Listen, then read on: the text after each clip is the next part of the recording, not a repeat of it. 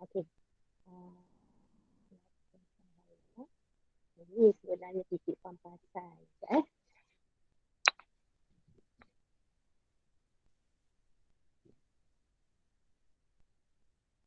Okey. So, sekarang ni kita dah apa? Dah habis 2 bab dah. Masuk bab yang ketiga. Dan sebenarnya bila awak sambung sekolah bulan 4 nanti, memang cikgu tidak akan ulang balik. Bab 1, bab 2, bab yang kita dah belajar. Maksudnya tak akan ulang balik. Sama juga dengan tingkatan 4 yang baru masuk nanti. Diorang pun akan masuk, cikgu akan mula dekat bab 4. Macam tu. Okay. Consider bulan 1, bulan 2 tu dia dah belajar di sekolah lama. Itu memang tak akan ulang. Okay, so untuk bab 2 ni, bab tumbuhan ataupun bab tumbuhan pula. Kita belajar tentang struktur dan fungsi daun. Jadi kita belajar struktur daun ni untuk transpirasi. Daun juga menjalankan proses fotosintesis. Okay. Dan yang akhir sekali ni kita nak tengok berkaitan dengan fotosintesis dengan respirasi. Mana kita compare fotosintesis dengan respirasi. Jadi yang ini dia nak tengok dekat mana hubungan antara fotosintesis dengan respirasi ni berlaku dekat dalam daun tumbuhan. Okey. So yang untuk bahagian ni kita kaitkan juga dengan keamatan cahaya dan juga ada istilah baru titik pampasan. Okay. Jadi kita tahu kalau proses fotosintesis, proses fotosintesis dia sangat memerlukan cahaya. Okay. Manakala kalau selain daripada fotosintesis, tumbuhan ni dijalankan proses respirasi. Tapi proses respirasi ni dia tak pakai cahaya dan berlaku sepanjang masa. Okay, bagi tumbuhan, kadar fotosintesis dia ada turun naik dia. Okay, berdasarkan kepada faktor-faktor yang kita dah belajar sebelum ni. Contohnya keamatan cahaya, suhu semua tu. Okay, tapi bagi tumbuhan, kadar respirasi ada turun naik tak? Tak ada. Respirasi bagi tumbuhan tak ada turun naik. Okay, kalau manusia macam mana? Ada. Okay, kalau manusia dia ada turun naik dia respirasi ni. Tumbuhan tak ada. Sebab kalau tumbuhan dia tak ada berlari, kan? Tumbuhan ni dia tak ada mengalami pernafasan yang bercungak-cungak ke. Tapi manusia ada masa kita bernafas laju. So kadar respirasi kita meningkat. Okay. So untuk tumbuhan, kadar respirasi dia siang ke malam ke semua akan berlaku pada kadar yang sama. Dan sentiasa berlaku. Sentiasa berlaku sepanjang hidup dia tu, sepanjang hari dia sentiasa berlaku. Dan tak ada faktor yang menurun atau mengurangkan proses respirasi kecuali kalau kata oksigen dia perlu oksigen juga tau, bukan karbon dioksida. So oksigen tak cukup ke kan? Tak ada. So kadar respirasi tumbuhan adalah sama sahaja. Okay.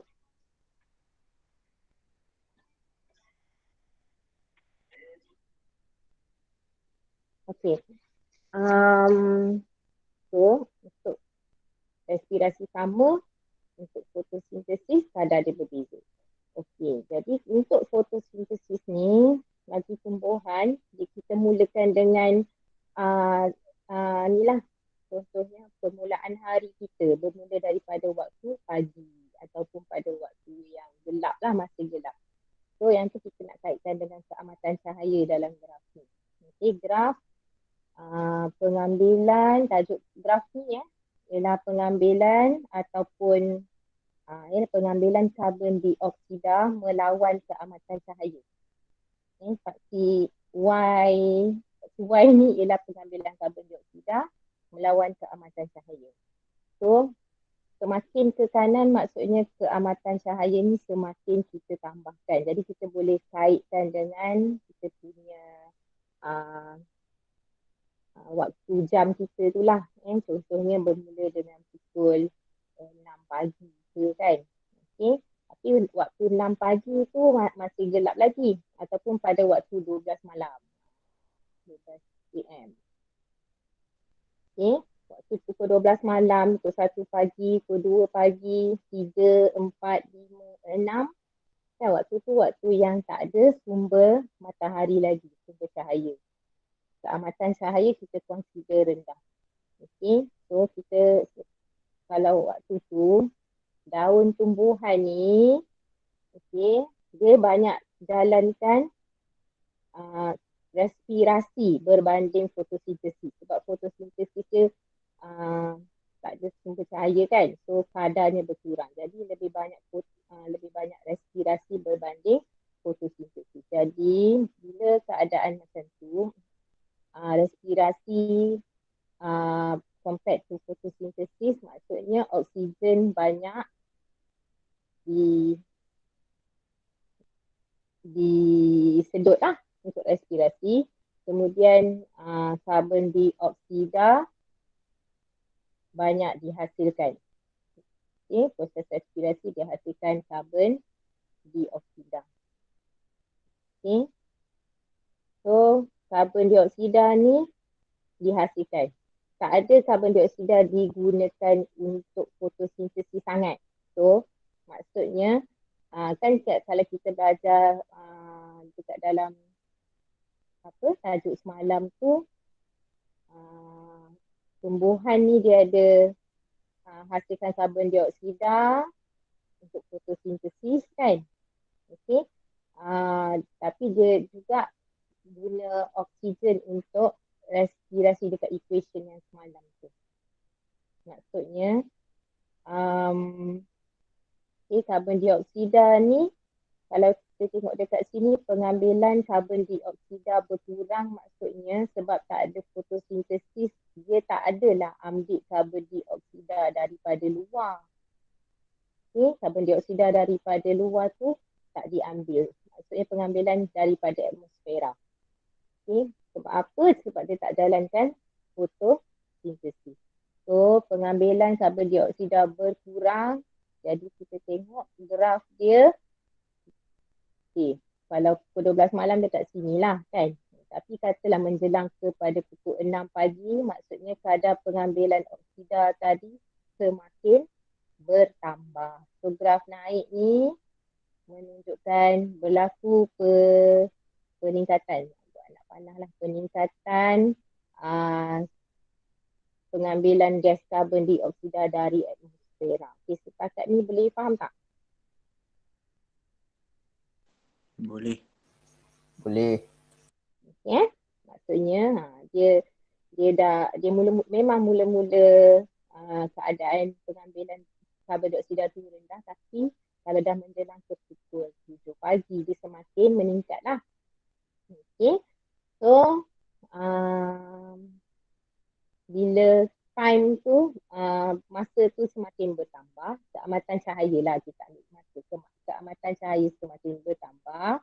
So sampai pada satu tahap keamatan cahaya tu. Kita tak tahu dalam waktu pukul berapa. Okay, masa tu banyak fotosintesis dah mula berlaku tau. Sebab dah ada keamatan cahaya, fotosintesis dah mula berlaku. So pengambilan karbon dioksida dan pengeluaran karbon dioksida adalah sama. So kalau daun tu dia release karbon dioksida daripada respirasi 5 molekul karbon dioksida, dia guna balik 5 molekul karbon dioksida tu untuk fotosintesis. Okay, dia gunakan. Jadi sama juga kadar pengeluaran kalau macam tu oksigen pun samalah. Oksigen pun kalau dia bebaskan oksigen semasa fotosintesis, 5 molekul oksigen juga digunakan untuk respirasi dia. Okey. Sekejap lagi kita tengok ayat dia. Yang ni cikgu nak terangkan graf dulu. Nanti kita tengok ayat, lepas kita tengok balik graf ni. Okey. Jadi kadar pengambilan oksigen, dengan kata lain, kadar pengambilan oksigen adalah sama dengan kadar pembebasan oksigen. Kadar penghasilan karbon dioksida untuk respirasi tu sama dengan kadar pengambilan karbon dioksida untuk fotosintesis. Semua jadi sama. Dekat mana? Dekat titik ni. Okey, dekat titik ni. Bila graf tu maksudnya bersilang dengan faksi X tadi, itu kat mata saya. Pada titik ni, ini kita panggil titik pampasan. Okey. Dan semakin peningkatan keamatan cahaya berlaku pukul 12 tengah hari, kan? Tentu satu. So, masa tu kadar fotosintesis pula akan melebihi kadar respirasi. Maksudnya fotosintesis berlaku kan, so dia akan banyak guna karbon dioksida lebih daripada pembebasan karbon dioksida. Okay, so guna maksudnya untuk fotosintesis bebas tu daripada respirasi dia. Okay, so kadar fotosintesis meningkat. Jadi pengambilan karbon dioksida bertambah sebab ini maksudnya fotosintesis ni dia dah bagi dah U, kawasan U tu untuk area ni, U iaitu fotosintesis kurang daripada respirasi. Okay, kemudian untuk T, F sama dengan R ni ialah pada titik pampasan. Kadar fotosintesis sama dengan kadar respirasi. Manakala kawasan ni ialah V. V iaitu fotosintesis melebihi kadar respirasi. Ya. Okey, boleh faham tak? Sikit-sikit lah kan? Boleh. Faham. Boleh. Okay, Alhamdulillah. Kalau boleh faham, bagus. Okay, jadi kita nak pergi tengok. Itu penerangan cikgu kan. Tapi bila kita nak menulis, kadang-kadang awak kena stick kepada ayat-ayat dalam buku. Sebab kita nak pakai istilah. Okay, kita nak kena gunakan istilah yang betul. Okay, contoh kita tengok. Graf menunjukkan perubahan keamatan cahaya dengan perubahan pengambilan gas karbon dioksida. Awak kena faham satu-satu perkataan dia. Perubahan keamatan cahaya ni ialah dekat faksi X. Dekat faksi X, maksudnya kita manipulate dia punya keamatan cahaya.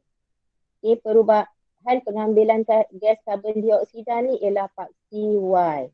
Itu ialah pemboleh ubah yang bergerak balas dia. Dia akan respon dekat situ. So, semasa menjalankan proses fotosintesis. Okay, pada sel tumbuhan terdapat kloroplast dan apa? Mitokondria. Okay, mitokondria. Sebab cikgu bulatkan respirasi tu. Okay, mitokondria. Maka dalam sel ni ada mitokondria, ada kloroplast kan. Maka dia akan menjalankan proses fotosintesis dan respirasi. Dekat dalam sel tumbuhan ni dua-dua proses ni berlaku. Serentak. Okay, serentak. Jadi kalau kita bayangkanlah sel tumbuhan tu dia akan release CO2. CO2 yang dia bebaskan tu masuk balik dalam mitokondria, release CO2 sebab respirasi kan. CO2 tu masuk balik dalam kloroplast dia tentu. Kalau dia ada mitokondria dengan kloroplast dia sebelah-sebelah, yang mitokondria ni akan bebaskan karbon dioksida masuk balik dalam kloroplast dia. Kloroplast ni pula dia guna karbon dioksida untuk fotosintesis, dia bebaskan oksigen. Oksigen masuk balik dalam mitokondria. Okay, so kalau kadar fotosintesis tu meningkat, maksudnya dia akan release banyak oksigen. Dan oksigen tu lah juga sampai dekat manusia, dekat haiwan lain untuk bernafas sebab dah dia punya supply oksigen tu banyak sangat sampailah keluar daripada daun tu. Tapi pada satu keamatan cahaya yang tertentu, kita panggil titik pampasan, oksigen yang digunakan tu cukup-cukup hanya untuk respirasi dia je. Sebab kadar fotosintesis dia kurang masa tu. Okay, so tak ada yang bebaskan dekat luar. Tak ada yang dikeluarkan daripada daun tu. Okay, so titik pampasan, titik T tadi kat dalam gambar ni, titik T. Ni kat sinilah. Merujuk kepada F sama dengan R, maksudnya fotosintesis sama dengan respirasi, kadar dia, kadar fotosintesis. So aras keamatan cahaya apabila, apa maksud titik papasan? Ini definisi. Define. Kalau ada soalan define, titik pampasan ni, definition dia ialah aras keamatan cahaya apabila kadar fotosintesis, aras keamatan cahaya lah ni. Ni ialah aras keamatan cahaya lah pada titik ni. Apabila kadar fotosintesis sama dengan kadar respirasi. Okay? Apa yang dimaksudkan dengan titik papasan dalam soalan kan? Apakah yang dimaksudkan dengan titik papasan? Titik pampasan ialah aras keamatan cahaya apabila kadar fotosintesis sama dengan kadar respirasi. Itu definition dia. Okey. Kemudian pada titik itu semua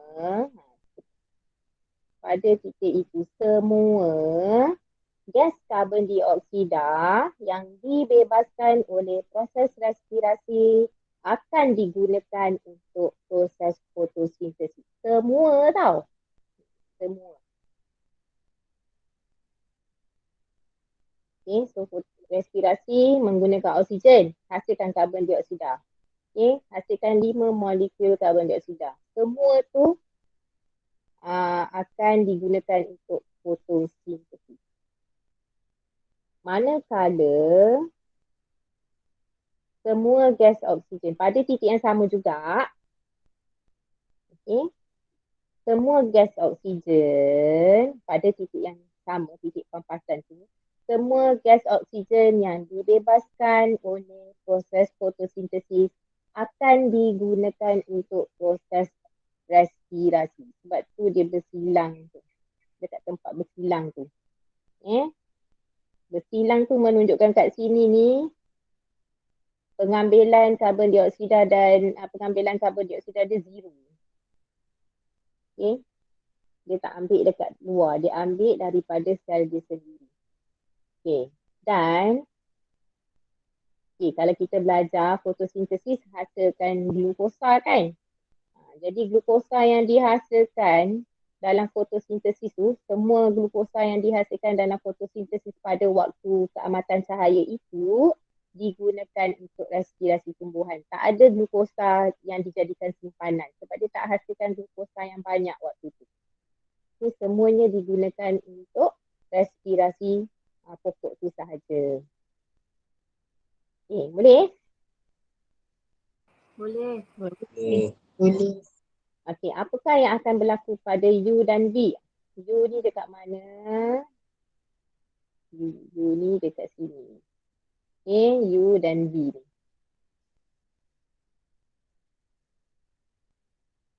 Okay, U dan V, U maksudnya kadar fotosintesis kurang daripada respirasi. Waktu gelap lah U ni. Dalam keamatan cahaya sifar atau rendah, proses fotosintesis tidak berlaku atau perlahan, tetapi proses respirasi tetap berlaku. Maka kadar fotosintesis adalah lebih rendah daripada kadar respirasi.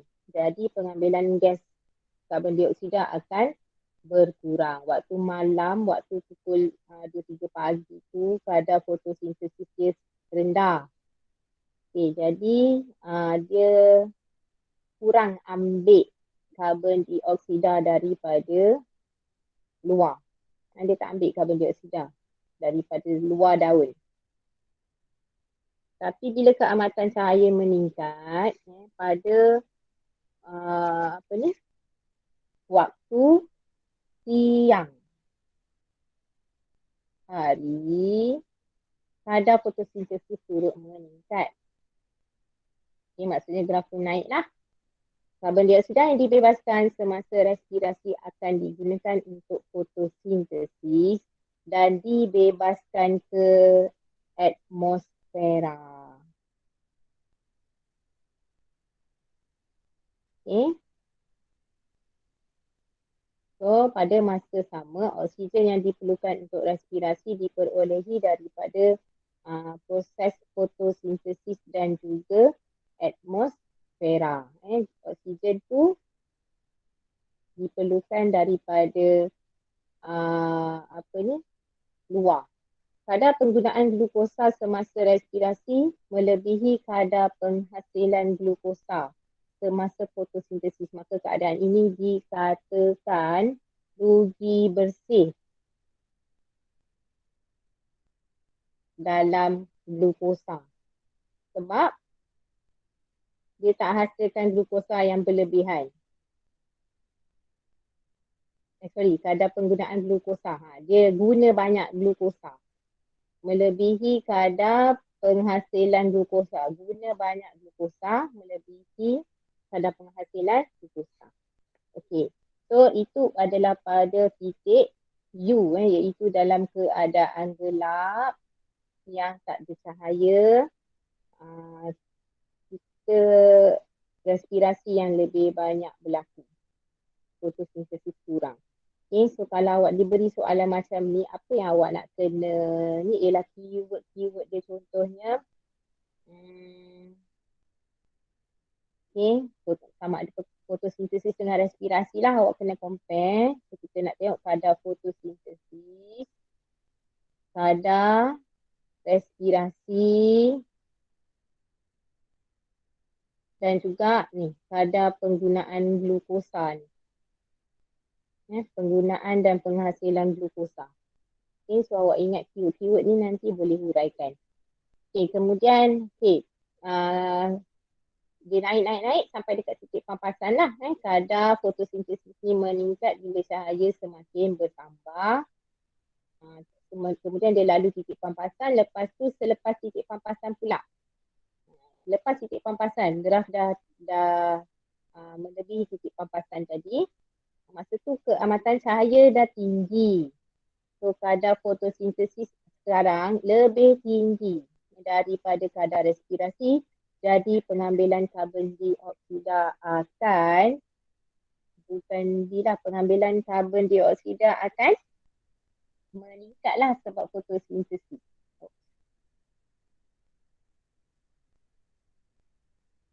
Betul tak? Bukan D kat situ. Bertambahlah kot kan. Jadi pengambilan karbon dioksida akan bertambah. Okay, apabila keamatan cahaya terus meningkat, pada waktu siang, kadar fotosintesis menjadi lebih tinggi daripada kadar respirasi. Okay, kali ni fotosintesis dah banyak. Kadarnya lebih tinggi. Pada takat ini, semua karbon dioksida yang dibebaskan daripada proses respirasi dia sendiri pun, bukan dia ambil karbon dioksida daripada luar saja. Daun tu pun hasilkan karbon dioksida daripada respirasi dia sendiri. So semua karbon dioksida yang dia sendiri hasilkan pun digunakan untuk fotosintesis. Dia pun tak bebaskan keluar karbon dioksida dia sendiri, kan? Malah dia perlu serap daripada luar juga. Faham tak? Faham. Okey, kat ni mitokondria lah, kan? Mitokondria dia memang berespirasi.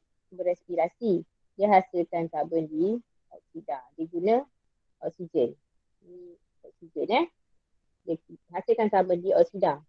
Lepas tu semua karbon dioksida ni akan pergi kepada kloroplast pula. Tapi tak cukup ni, kena ambil pula daripada luar. Itu maksud ayat C tu. Okay, semua karbon dioksida ni akan pergi kepada kloroplast dan juga karbon dioksida daripada luar juga turut diambil. Sebab tu pokok ni boleh bantu kita kurangkan karbon dioksida dekat atmosfera. Kita kena tanam banyak pokok untuk sejukkan persekitaran luar kita sebab karbon dioksida ni kalau kita belajar lagi, kita ni ada kesan rumah hijau semua tu kan, meningkatkan suhu bumi. So karbon dioksida ni kena diserap oleh pokok. Okay, manakala manakala oksigen yang dibebaskan semasa fotosintesis, manakala oksigen yang dibebaskan semasa fotosintesis akan digunakan untuk proses respirasi daun tu, dan juga oksigen yang berlebihan akan dibebaskan ke atmosfera. Maksudnya waktu tengah hari rembang tu, maksudnya kalau waktu kat pokok tu banyaklah oksigen yang dapat. Kan? Okay. So kadar penghasilan glukosa. Okay. Ini sebenarnya penting. Sebab ada soalan yang lebih ni lagi lah. Lebih tinggi sikit arah pemikirannya. Basicnya ialah point E ni. Kadar penghasilan glukosa semasa fotosintesis juga melebihi kadar penggunaan glukosa semasa respirasi. Maksudnya dihasilkan lebih banyak glukosa. Okay. Dihasilkan 10 glukosa, 10 molekul glukosa, 5 molekul glukosa tu dia guna respirasi. Tapi 5 lagi pergi mana? 5 lagi maksudnya yang berlebihan. Glukosa yang berlebihan itulah yang akan ditukarkan kepada kanji. Ni glukosa berlebihan disimpan dalam bentuk kanji. Okay, kanji. Jadi kanji ni tu yang akan jadi simpanan makanan bagi tumbuhan tu. Kanji tu akan menyebabkan pokok tu boleh hasilkan daun yang ataupun buah yang sihat, kan? Dia ada simpanan-simpanan tu dan juga jadi makanan kepada kita lah pula. Sebab dia boleh produce sumber ataupun hasil daripada contohnya contohnya buah-buahan dia macam tu. Okay? Jadi kalau kita tak bekalkan pokok tu dengan karbon dioksida yang cukup dia tak boleh berfotosintesis, maka pokok tu pun tak boleh produce kanji dan buah ataupun makanan kepada manusia macam tu lah. Okay? So maka keadaan ini dikatakan untung bersih. Untung bersih dalam glukosa. Dia ada untung. Penghasilan glukosa dia berlebihan. Okay, boleh faham? Faham cikgu. Boleh. Faham cikgu. Boleh cikgu. Kalau keluar soalan ni, boleh tak jawab isi ni? Isi boleh? InsyaAllah. Okay. So, dia boleh keluar esei, dia boleh keluar struktur, dia boleh kaitkan dengan organel tadi, mitokondria dan kloroplast. Dia bagi gambar mitokondria, dia bagi gambar kloroplast, dia bagi graf ni. So, macam-macam bentuk soalan boleh keluar. So, nanti kita try cari soalan itu, share dengan awak. Okay. Jadi, kita nak pergi kepada yang ini meramalkan kesan kadar fotosintesis dan kadar respirasi sel yang kekal pada titik pampasan. Apa maksud ayat dia? Meramalkan kesan. Awak bayangkanlah dalam satu hari tu. Kadar fotosintesis dengan kadar respirasi tu berlaku pada kat titik pampasan sahaja. Okay? Titik pampasan. tak naik, tak turun. Tak naik itulah kita ada mengalami kerugian sikit. Okay, kerugian sikit lah banyak. Mungkin bagi negara-negara yang macam 4 musim tu kan, mungkin dia punya titik pampasan dia lagilah berbeza. Sebab diorang ada masa yang cahaya mataharinya memang tak cukup kan. Okay, jadi masa tu lah, sebab tu lah kalau waktu winter tu, okay, sejuk. Sejuk tu satu suhu dia lah tak sesuai untuk tumbuhan tu jalankan fotosintesis. Okay. Tapi kalau waktu yang apa ni pun tak cukup sumber cahaya pun memang kadar fotosintesis dia rendah. Jadi dia pokok kat sana tak macam dekat pokok kat Malaysia. Contoh rumput lah. Rumput kat Malaysia ni kan kejap-kejap kena paling pun sebulan sekali mesti nak kena potong. Okay. Tapi kat sana kalau kita pergi negara-negara luar tu kita nampak cantik je sebab rumput dia tak naik macam lalang kan. Rumput dia ni jadi macam apa nampak kemas. So apa ni sebab dia punya kadar fotosintesis tu, kadar pertumbuhan pokok-pokok kat sana untuk rumput tu tak macam kat Malaysia. Okay. So apakah yang berlaku bila kadar fotosintesis dengan kadar respirasi ni kekal pada titik pampasan? Okay. So kita nak explain macam mana? Awak kena fikir juga tu macam mana awak nak explain kalau soalan ni naik. Selain daripada kita kena tahu di poin-poin dia lah. Okay. So apabila titik pampasan kekal berlaku pada keamatan cahaya tertentu, okay, maka kadar fotosintesis ni pun akan kekal. Okay, kekal menyamai kadar respirasi. Ini menunjukkan apabila titik pampasan kekal berlaku pada keamatan cahaya tertentu.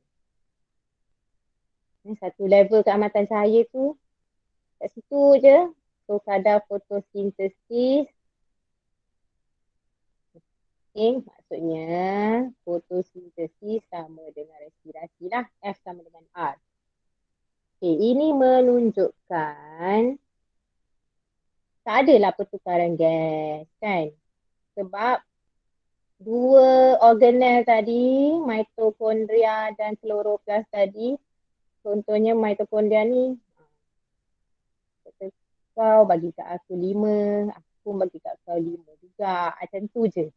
Dia punya gas dia berpusing-pusing kat situ je. Faham tak? Okay. So, nombor 2 dia kata ini menunjukkan kadar pertukaran gas. Pertukaran gas tu bukan pertukaran gas ni tau. Pertukaran gas ini kadar pertukaran gas adalah sifar tu maksudnya kat sini je. Okay, bukan yang dekat luar. Pembebasan gas oksigen ke atmosfera dan pengambilan gas karbon dioksida dari atmosfera ni yang tidak berlaku. Kadar kat sini 0 lah. Okay. Bagi 5, ambil balik 5 macam tu. Okay, maka akan berlaku kekurangan gas oksigen dan kelebihan gas karbon dioksida dekat atmosfera. Okay, maksudnya pokok tu dah tak keluarkan oksigen dah. Semua oksigen tu digunakan dalam pokok tu sendiri. Dan dia tak ambil pula tu gas karbon dioksida daripada luar yang manusia dengan haiwan duk keluarkan ni, duk respirasi mengeluarkan karbon dioksida tu kita ambil. Bertambah-tambahlah dengan kita punya aktiviti pembakaran kita kan, gas-gas daripada kenderaan. So semua tu berkumpul-kumpul dekat atmosfera. Jadi tumbuhan ni tak serap. Sebab apa? Sebab dia punya fotosintesis dia tak meningkat, duduk kat titik pampasan tu saja dengan dalam jangka masa yang lama. Sebab ni kekal kan. Okay, manakala semua glukosa yang dihasilkan oleh proses fotosintesis pula, okay, semua glukosa dia akan digunakan oleh sel tu sendiri untuk respirasi. Untuk hasilkan tenaga dia sendiri. Tak ada glukosa. Tiada. Glukosa yang akan terkondensasi jadi kanji ke, jadi protein ke, jadi lipid ke. So kita tak akan dapat manfaat daripada tumbuhan yang kita tanam tu. Okay, kita tak boleh nak makan daun dia tak tumbuh. Macam itulah kan. Pokok tu tidak memberi manfaat kepada manusia. Nampak tak? Apa yang kita belajar ni sangatlah berkaitan dengan dengan diri kita sebenarnya. Okay, bukan kita belajar tumbuhan dia tak minat lah tumbuhan ni kan. Tak ada kait, tak ada langsung. Bukan sebenarnya dia ada kaitan dengan kita juga. Okay, boleh? Okay, next. Boleh. Alright, uji minda 19. Ni contoh soalan lah. Contoh soalan periksa kan. Awak belajar cikgu explain dalam ni sebenarnya teori sahaja. Tapi uji minda ni lah contoh soalan examnya. Okay. So, contoh pokok tomato ditanam dalam rumah hijau. Okay, nampak tak? Rumah hijau, apa maksud rumah hijau? Rumah hijau ni rumah yang kita bina semata-mata untuk tanam pokok lah dalam tu. Okay, kat Malaysia ni kurang lah nak nampak rumah hijau tu kan. Kita buat apa kita tanam pokok dalam rumah. Dalam rumah hijau. Tanam je lah kat luar tu matahari semua cukup. Tapi kalau negara yang 4 musim, negara-negara yang mengalami perubahan musim yang sangat ketara, sejuk-sejuk sangat, okay, panas-panas sangat, macam tu, dia akan tanam sayur-sayur dia sebab dia nak makan sayur hari-hari, buah-buahan apa kan. So sayur-sayuran dia tu ditanam dalam rumah kaca, rumah hijau. Okay, supaya dia boleh kontrol kan. Kontrol dari segi dia punya suhu dia. Kalau kat luar sejuk, dia naikkan suhu dalam rumah tu. Macam tu lah. Okay. So dalam rumah hijau ni kita boleh kontrol keamatan cahaya, karbon dioksida, suhu, kelembapan, semua faktor-faktor yang mempengaruhi fotosintesis. Okay.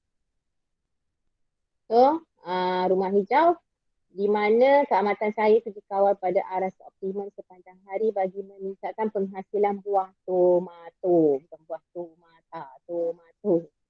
Okay, nyatakan kesan langkah tersebut ke atas titik pampasan pada pokok tomato. Okay. Nyatakan kesan langkah.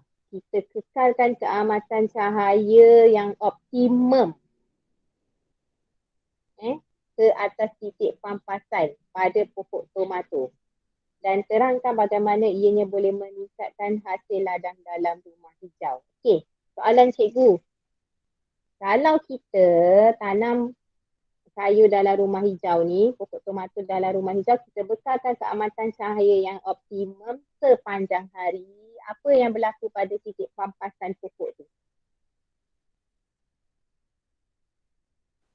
Meningkat.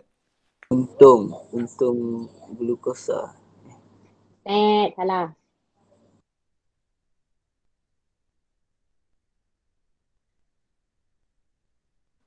Sama Lain?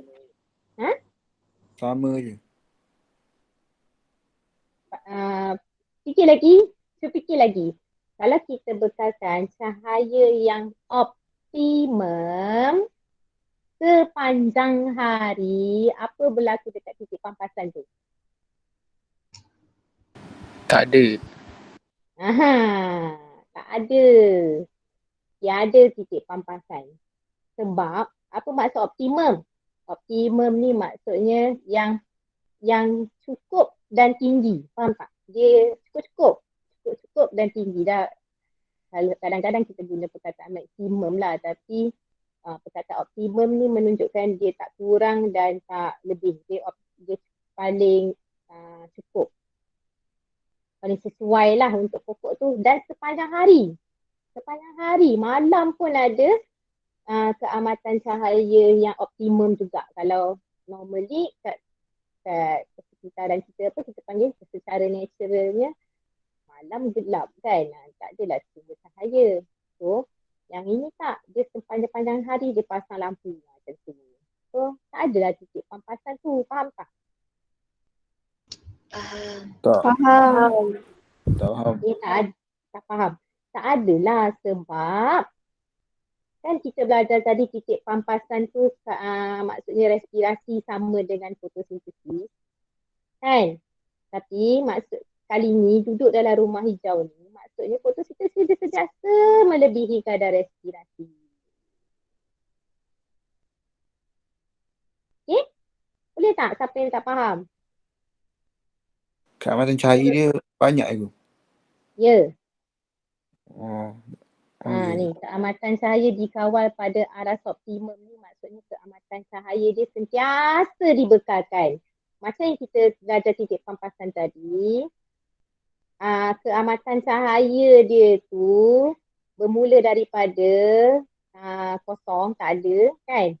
Kita tambah lepas tu sampai satu masa, sekejap je benda tu berlaku. Sebenarnya kalau secara naturalnya pokok kat luar tu titik pampasan tu hanya berlaku dalam tempoh yang sekejap, cikgu pun tak berapa ni lah, tapi maksudnya tak lama lah sebab bila dah naik pukul 11, 12 macam tu kan matahari tu makin naik kan. Jadi keamatan cahaya titik pampasan tu hanya berlaku pada waktu yang sekejap itulah.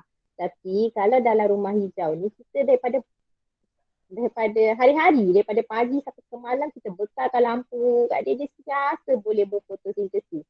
So kadar fotosintesis sekarang dah lebih daripada kadar respirasi. Maksudnya kalau tengok graf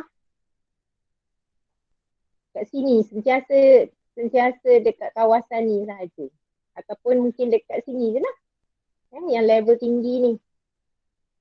Okay, so tak adalah titik pampasan tu graf tu akan jadi straight macam ni. Okay, graf tu macam ni sahaja. Tak ada bersilang dekat area ni. Okay. So, pokok tomato ni jadi apa? Okay, kesan langkah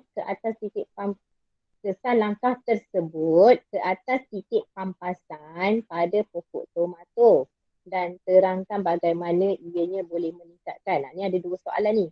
Kesan dia ialah titik pampasan ni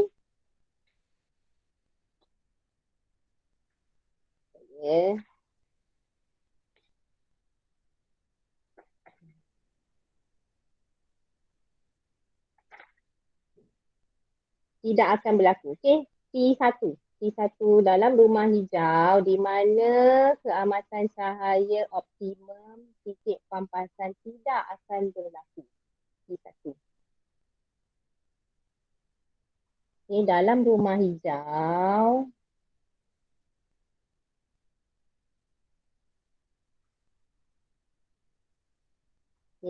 pada keamatan cahaya yang optimum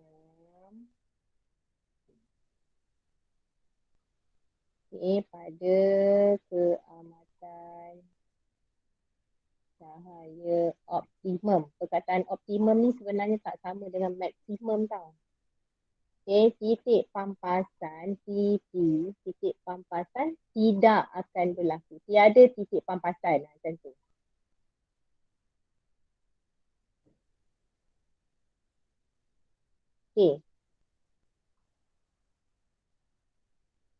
Tidak berlaku, nombor 2. Tidak berlaku kadar fotosintesis menyamai kadar respirasi. Macam mana kita nak buat ayat elok sikit ni. Kadar fotosintesis ni tak akan sama dengan kadar respirasi lah.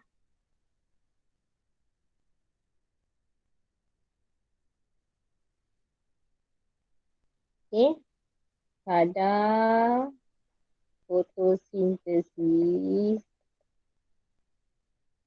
tidak akan sama dengan tak akan pernah sama.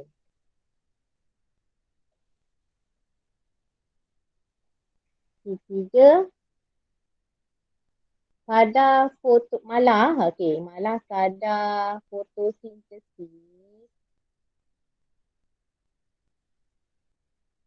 kadar fotosintesis akan sentiasa lebih tinggi dari kadar respirasi. Kadar foto.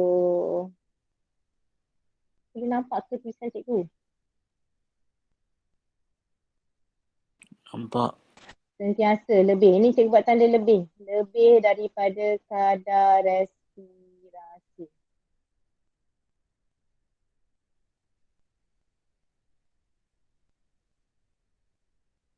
Next. Semua. Okay, P4. Semua gas karbon dioksida,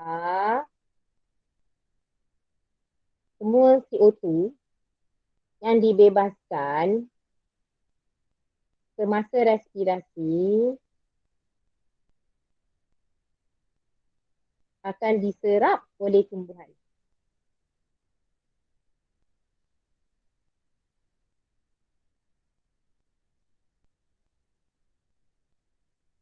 Semua karbon dioksida yang dibebaskan semasa respirasi akan diserap oleh tumbuhan. Itu ialah P4.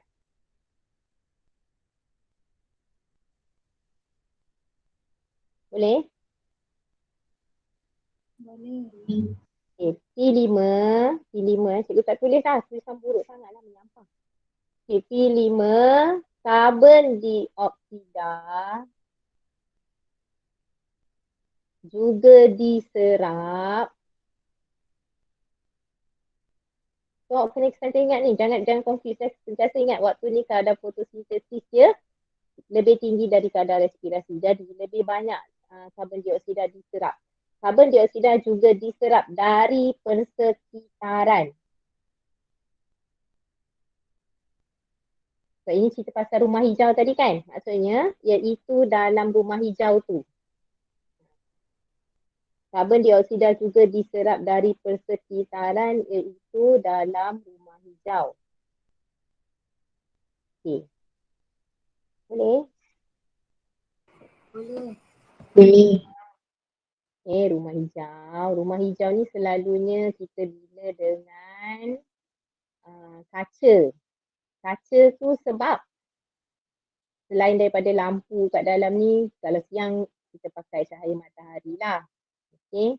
Cahaya matahari pancar dekat dalam rumah hijau ni menyebabkan dia terima cahaya satu. Lepas tu kaca dekat rumah hijau ni dia akan perangkap haba. Okay, kalau buat rumah, jangan buat rumah guna dinding kaca tapi tak ada aircon. Panas. Okay, kaca sifat dia merangkap haba. Tapi haba ni bagi rumah hijau dia naikkan suhu rumah tu yang kalau kita kontrol dia sesuai lah untuk tanam pokok kat dalam ni. Kan? Kalau kita manusia kena ada aircon lah. Macam Bang Obat tengok bangunan-bangunan dekat luar kat KL kan. Dia buat bangunan tu dengan kaca tapi cermin dia gelap. Kan? Cermin dia gelap untuk pantulkan cahaya. Betul tak? Betul. Dia buat cermin dia gelap untuk pantulkan cahaya. Cermin dia gelap ke atau cermin dia yang berjenis berkilau tu untuk pantulkan cahaya? Macam tu lah. Okay. Jadi dan dia mesti ada aircon lah. So, okay. So dia serap cahaya, tinggikan suhu. Okay. So cahaya ada, suhu ada, karbon dioksida macam mana? Dia akan letaklah bahan dekat dalam rumah ni yang boleh produce karbon dioksida. Okay, untuk bekalkan karbon dioksida yang cukup bagi tumbuhan. Jadi tumbuhan ni dia akan serap karbon dioksida daripada luar dan juga karbon dioksida yang dibebaskan semasa respirasi dia sendiri. Okay, itu ialah P4. Kemudian P5, karbon dioksida juga diserap dari persekitaran iaitu dalam rumah hijau. P6, bekalan karbon dioksida juga ditingkatkan dengan meletak bahan lah. Bahan ni biasanya natrium, nama tu tak ingat nanti kita cari kan. Natrium hydrocarbonate ke macam tu lah. Okay. Penggunaan penyerapan karbon dioksida ini sentiasa tinggi sepanjang dalam rumah hijau. Penggunaan P7 penggunaan atau penyerapan karbon dioksida ini sentiasa tinggi.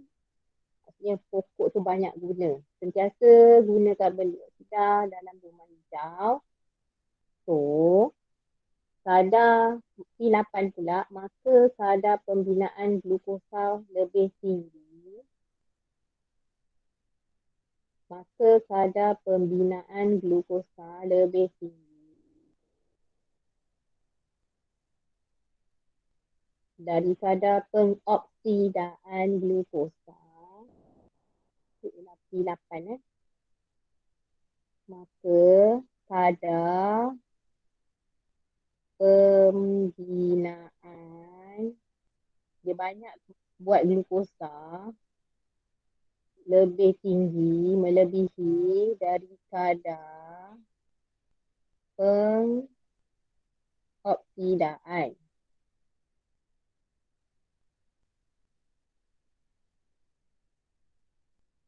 Glukosa dalam respirasi sel.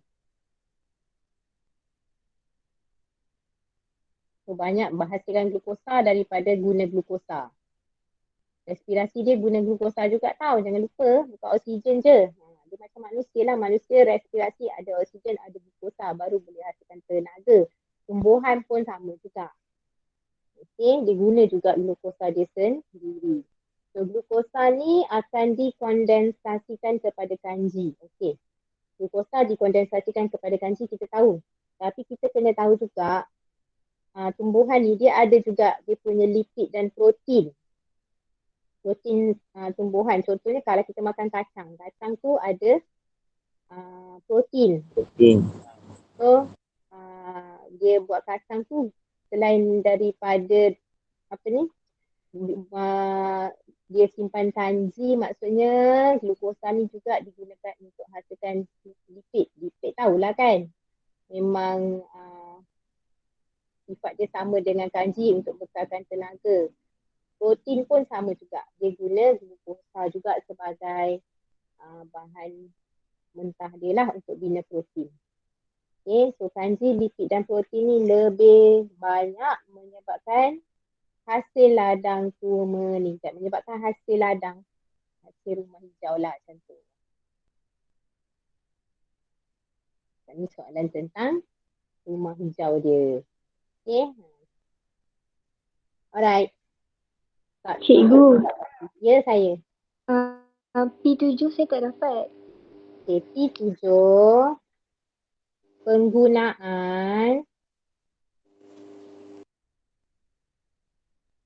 Penggunaan atau penyerapan karbon dioksida ini sentiasa tinggi.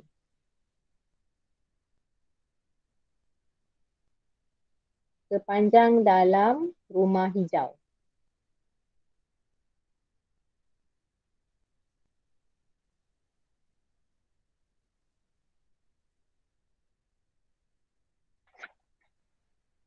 Yang tu je cikgu. Yep. Okey, terima kasih cikgu.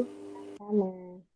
Okay, so habis untuk hari ini. Minggu depan lah jawabnya buat kerja kita. Okay. Saya So tak nanti dapat 6. T6. Okay, sorry. T6.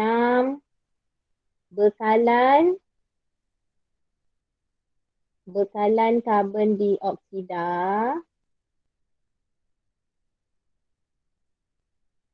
juga ditingkatkan. Pendek je ayat dia. Bekalan karbon dioksida juga ditingkatkan. Terima kasih cikgu. Alright. Okay, so jangan lupa tik kehadiran awak. Nanti cikgu akan assign dekat classroom, dekat Google Classroom untuk awak send tugasan . So nanti boleh cikgu bagi markah DBD untuk awak. Okay, boleh? Boleh. Okay, so kalau ada apa-apa PM cikgu ya. Okay, itu saja untuk hari ini. Bye. Terima kasih cikgu. Terima kasih cikgu. Terima kasih cikgu. Terima kasih cikgu. Terima kasih cikgu. Terima kasih cikgu. Terima kasih cikgu. Sama. Terima kasih cikgu. Terima kasih cikgu. Terima kasih, Cikgu.